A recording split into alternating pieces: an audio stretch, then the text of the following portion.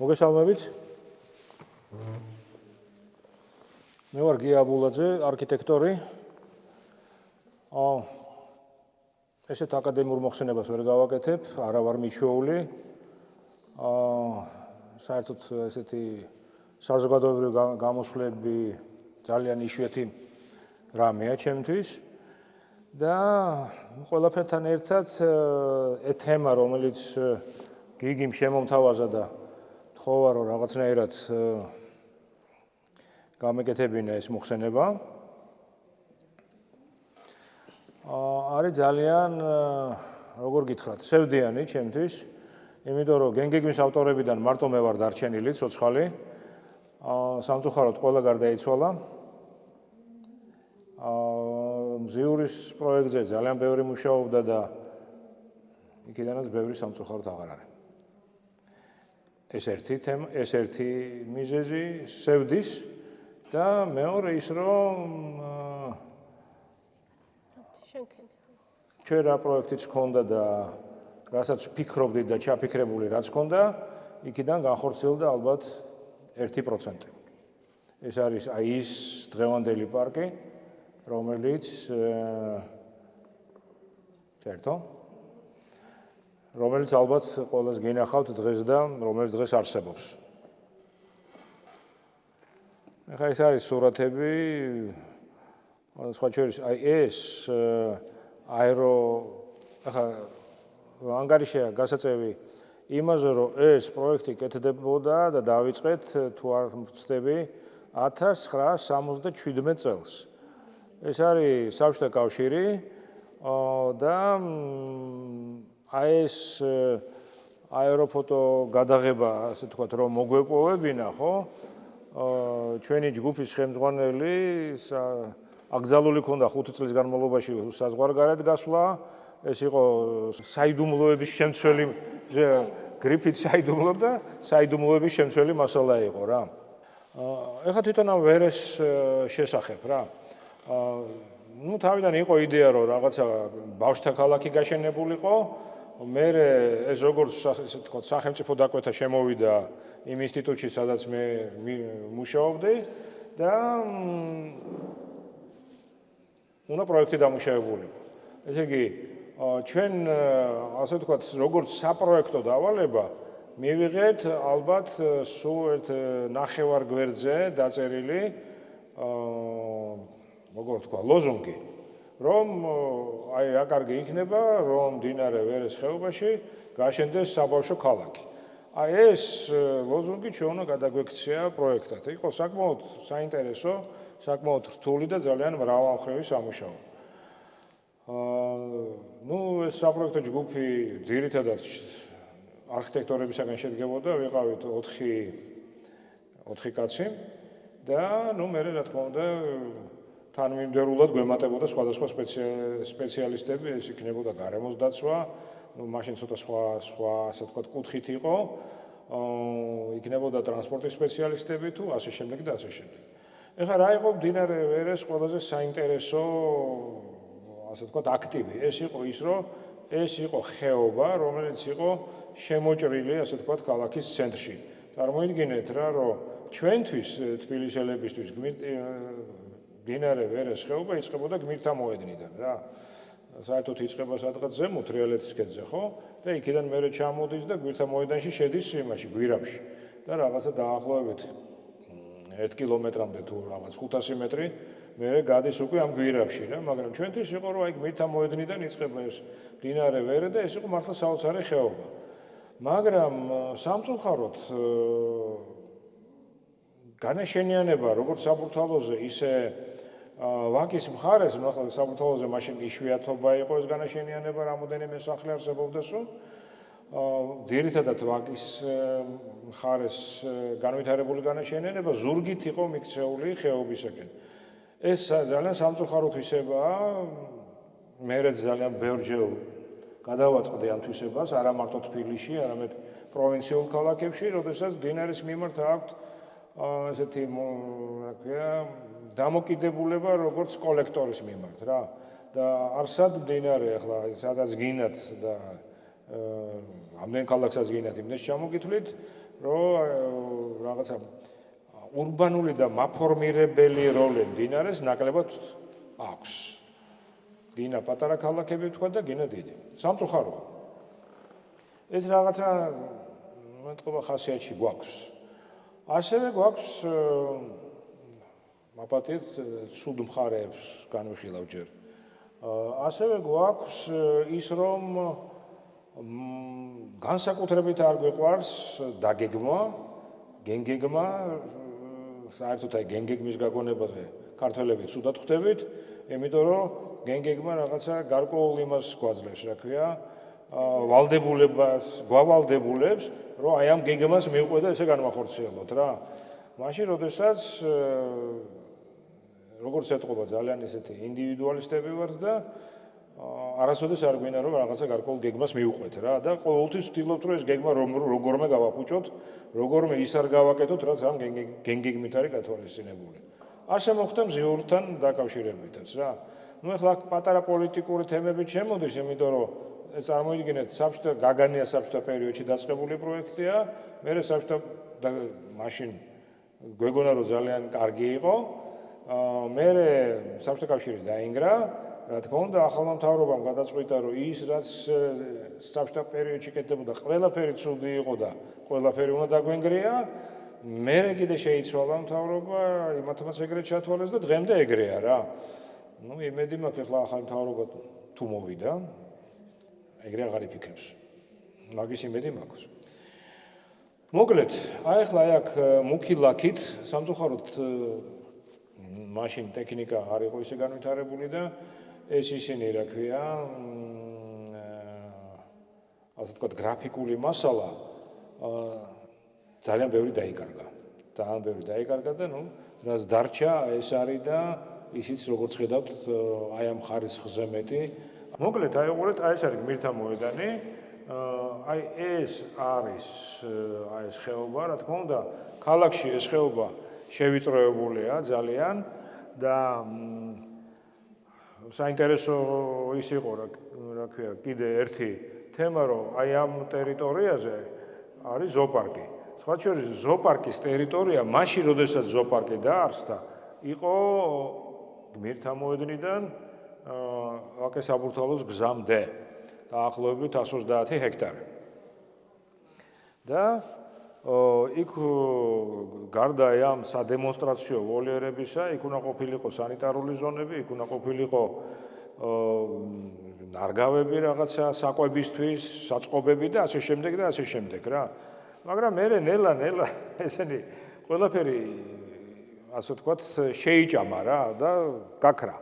და საბოლოოდ აღმოჩნდა რომ როგორ არის იცით რომ აი საცხოვრებელი სახლიდან, ახლა მე ზუსტად აღარ მახსოვს ახლა ეგ მანძილები რა, ასე რომ პირობითად ვიტყვი რომ აი საცხოვრებელი სახლიდან ზოოპარკის ღობემდე მაშინდელი ასე ვთქვათ მკაცრი იმითი რა ქვია კანონმდებლობით დადგენილი იყო 120 მეტრი თუ არ ვცდები.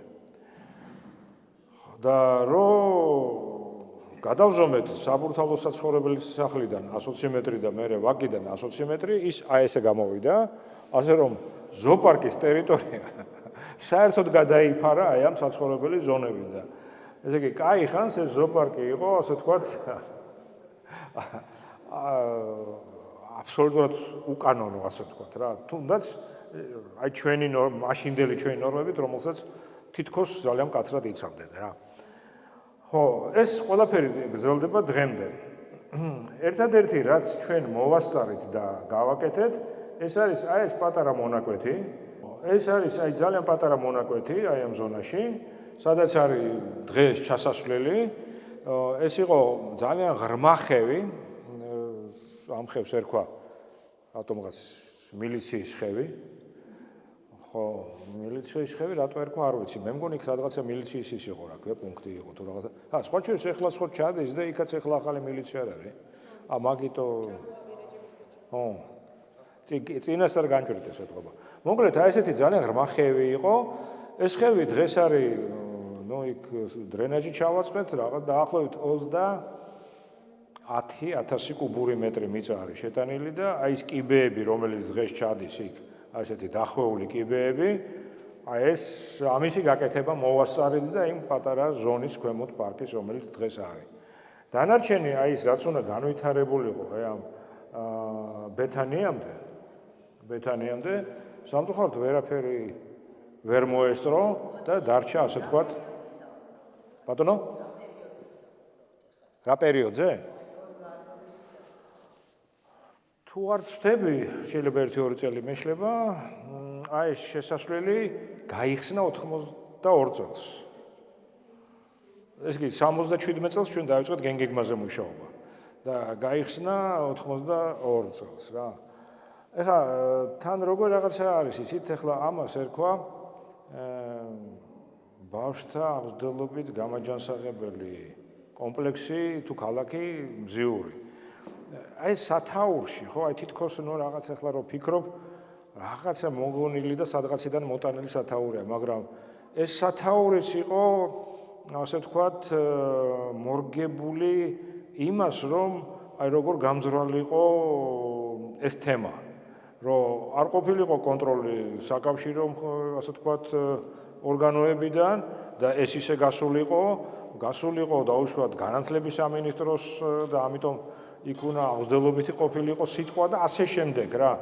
ეს იყო აი როგორ გითხრათ, აი მთელი აი ფოკუსების კორიანტელი რა, რომ რაღაცნაირად ეს ყველაფერი გაგვეტანა რა.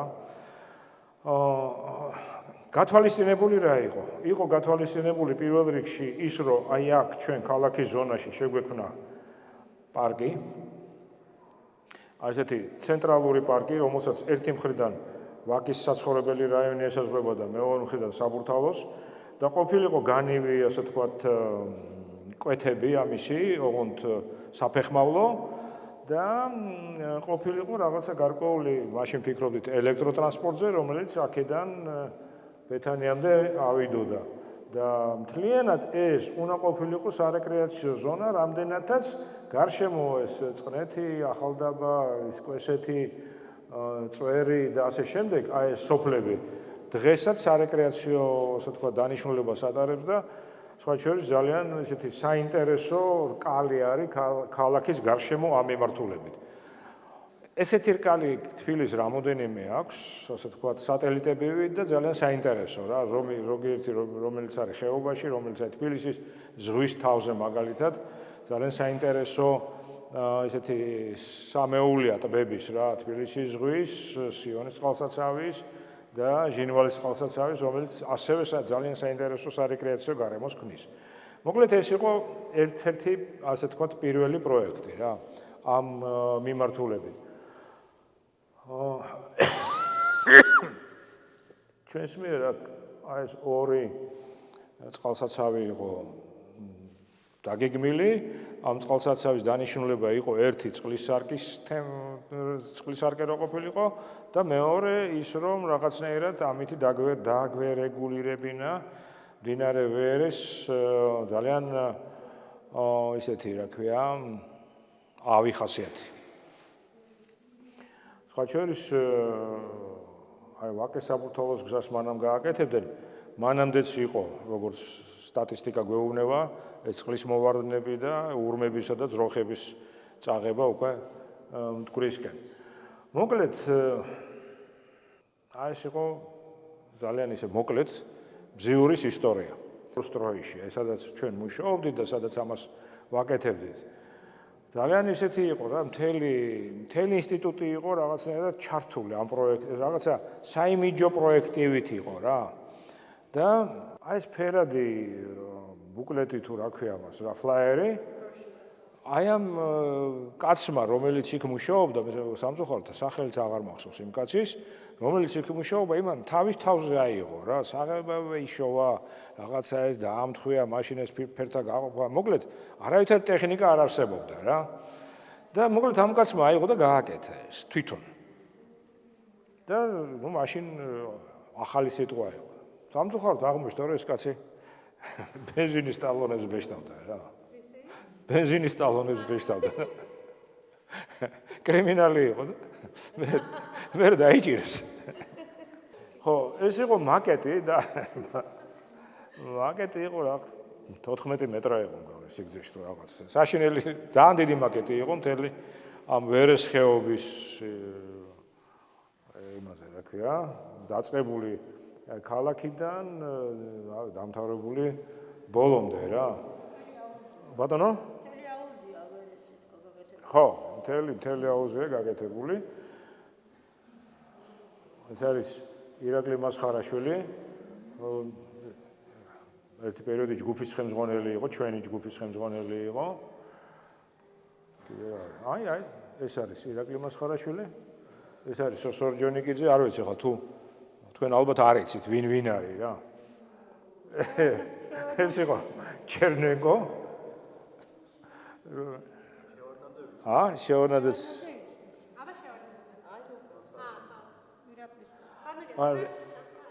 ეხა მე არა ვარ. მე აკრძალული მქონდა აქ მისვლა. ხო, და აქ იყო კიდე იცით როგორ რაღაცა, გახსოვთ ის ჩასასვლელი? მოკლედ, აი აქ ამის მერე, აი აქედან რომ შედიხართ, უკაცრავად ამ ცოტა გადაუხვევ იმაზე, ლირიული მიმართულებით. აქ რომ შედიხარ, არის აი ესეთი სვეტია, ის ზემოთ არის ხე, ბროწეულის ხე არის ჩარგული შიგნით რა. სხვა შორის ისხავს ხოლმე ეს ბროწეულს კარგად. ხო და იმის გარშემო გეგმაში არის კიბე და გეგმაში ეს კიბე არის ბორჯღალის ფორმის. ეს გული არის ეს სწორედ ეს სვეტი და აქედან ესე ჩადის ეს კიბე და აქედანაც ესე ჩადის ეს კიბე. ეხლა როგორ რაღაცა არის ისიც რომ ზემოდან რომ მოდიხარ ეს თვითონ მოკიწყლაც ისიც ყველაფერი გაკეთებული ქონდა ჩვენ ისე რომ წამოსულიყავი მარჯვენა მხრიდან აი ეს.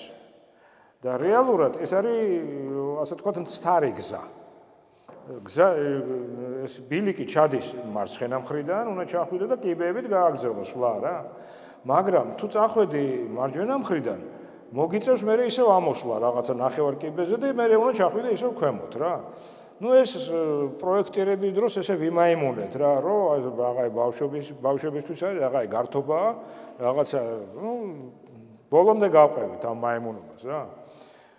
არ მახსოვს მე, რომ ვინმეს ეს შესლოდა. და ვინმე წასულიყო აი ამ მარჯვენა მხრიდან. ერთადერთი ადამიანი, ვინც ამ გზაზე წავიდა, იყო შევარდნაძე, გახსნაზე. რომ მოვიდა, მაინც და მაინც იქ წავიდა რა და თან აიყო ახლა ეს პირველი მდივანი რომ მოდიოდა, მოყვებოდა მთელი შლეიფი უკან. და წარმოიდგინეთ, აი ახლა მთელი შლეიფი ჩავიდა აქ და მე იქიდან ამოვიდა. ხო. მოკლედ ეგ არის. არ ვიცი, თუ რამე კითხვები გაქვთ, სიამოვნებით გიპასუხებთ. ახალ რეაბილიტაციაში არ აქვს მონაწილეობა მიღებული. როგორ რაღაცა არის, იცით, რომ ძალიან დიდი ხნის განმავლობაში მუშაობდი მე ამაზე. და თან ამ ესეთი პერიოდი რა, წარმოიდგინეთ, როცა ახალგაზრდა ხარ და ხო, როცა აი მუდმივად სულ რაღაცა ბრძოლაში ვიყავით რა. და ძალიან ბევრი ისაა გადატანილი. და მე რაღაცა მომენტში აღმოჩნდა, რომ ჩემთვის აქ მიბრუნება არის ძიმე. და თან გონია, რომ ეგ დროს აი რაღაცა საავტორო უფლებები ისინი არ მუშაობს კი არ უნდა მუშაობდეს წესით რა.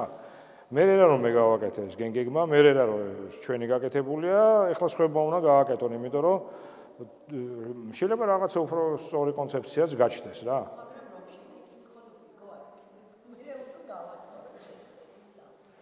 დავთხოვთ არ მესმის. აი მაგალითად ეს ხიდიც აი ეს ხიდიც ერთ-ერთი პროექტისთვის დადებული იყო საბჭოთა პერიოდში. სხვა შორის ამაზე რაღაცა არის სათქმელი, რომ ძალიან ცუდღიშია რა და საშიშია. ეს ხიდი ასევე ძალიან საინტერესო პროექტისთვის იყო ეს მერე. სადღაც აქ შეიძლება იყოს მაგისისა ესკიზი, არ მახსოვს. დღევანდელი გადმოსახედიდან კრიტიკა ცოტა რთულია. ალბათ უნდა მივიღოთ ისე, რომ ეს რაღაცა გაკეთებული იყო, რაღაცა იმ პერიოდში, ხო? თავისთავად საინტერესო იყო რა. ყველა მხრივ საინტერესო იყო. ჯერ ესეთი ეგეთი ობიექტები საბჭოთა კავშირში, აი თუ რაღაცა ძალიან ისეთი სტრატეგიული მნიშვნელობა არ ქონდა, არ კეთდებოდა საერთოდ რა. ამდენად პოლიტიკურად საინტერესო თემა იყო. აი წარმოიდგინეთ რა, რომ მე მიწევდა, მაშინ ძალიან ახალგაზრდა ვიყავი, მე მიწევდა კომიტეტის თავმჯდომარესთან, საფინანსო კომიტეტის თავმჯდომარესთან, პრაქტიკულად ფინანსთა მინისტრთან ჯდომა და ფიქრი იმაზე, აი როგორ გავიტანოთ ეს ობიექტი ისე, რომ არ იყოს შესათანხმებელი მოსკოვში. და ასე შემდეგ რა. ნუ აი ანეკდოტურ დონემდე იყო ეს ყველაფერი რა. მაგალითად, ეხლა დღეს აი ამ ხიდის აი აქვე არის რა ორი ისაც რა ქვია, მაღლივი შენობა, საცხოვრებელი. მაგ ადგილას იყო გათვალისწინებული იმისი რა ქვია, სპორტული დარბაზის შენებლობა. დიახ, იმ შენობების ადგილას ზუსტად დაწყებული იყო უკვე ფუნდამენტები, ყველაფერი გაკეთებული და ნუ მე დაინგრა საბჭოთა კავშირი და რა თქმა უნდა ყველაფერი დაინგრა რა. ეხლა ეგა და კიდე ერთი ობიექტი იყო, აი ეს ობიექტი, სადაც ეს ხიდი უნდა შესულიყო და ნუ ერთი იყო რაღაცა ღირდა 3 მილიონ 400.000, მეორე ღირდა 3 მილიონ რაღაც 600.000. ეს რატო? უпростоრეთ 2 მილიონ რაღაცა და კიდე 2 მილიონ 800.000. ეს რატო? იმიტომ რომ 3 მილიონზე ზემოთ ყველაფერი უნდა წასულიყო დასამტკიცებლად მოსკოვში. და მოსკოვში აქვე რაც ბავშვთა ისა კომპლექსი, რა ქალაქი გამორიცხული იყო ესა, ხო? მერე უცბად რაღაცა დაარტყა თავში მოსკოვში მთავრობას და გამოუშვეს კანონი, რომ ეს ბარიერი აწიეს ზემოთ. და აწიეს როგორ რა 5 მილიონამდე აწიეს. აი 3-დან აწიეს 5 მილიონამდე. ჩვენ მთელი ხარჯთაღრიცხვა ამ ორ ობიექტზე გადავაკეთეთ და გახდა უცბად 5 მილიონამდე, ესე იგი 4 მილიონი და რაღაცა და მეორეც ეგრე და პარტიზნულად ჩავანაცვლეთ ის ძველი ხარჯთაღრიცხვები. აი როგორ იცით რომ ნუ წესით ციხეში უნდა გავეშვით. მაგრამ არა ეგრე იყო ხო, იმიტომ რომ მოვიპარეთ ისა ძველი ხარჯთაღრიცხვები, ეგეთი რამეებით იყო, მაგრამ ამაზე ჩვენ კი არა, აი ეს ტიპები, ვინც მთავრობაში იყვნენ, მაშინ ისინი ხუჭავდნენ თვალს.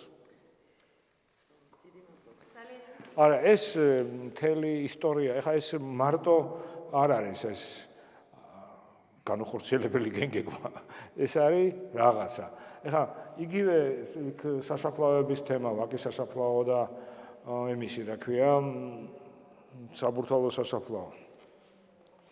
სასაფლაო როგორ არის იცით, რომ ნუ დღეს ალბათ უკვე სუმუშაობს რა, თუ რაღაცა ესეთი დიდი აქვე კატაკლიზმები არ მინდა დავარქვა, მაგრამ რაღაცა დიდი მოვლენები თუ არ ხდება, იმიტომ რომ მე მახსოვს მაგალითად, ჩემ ბავშვობაში მე ძალიან პატარა ვიყავი.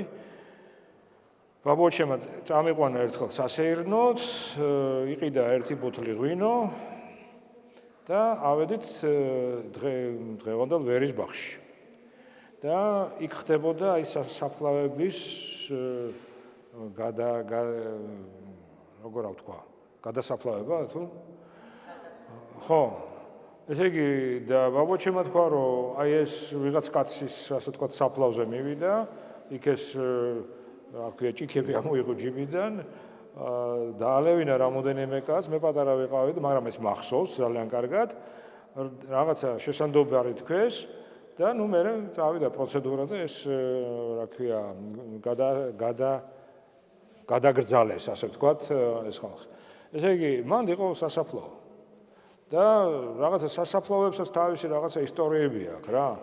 და მოკლედ ეს გზა, რომელიც გადიოდა და ეს ელექტროტრანსპორტი, რომელსაც გულისხმობდით, ხო?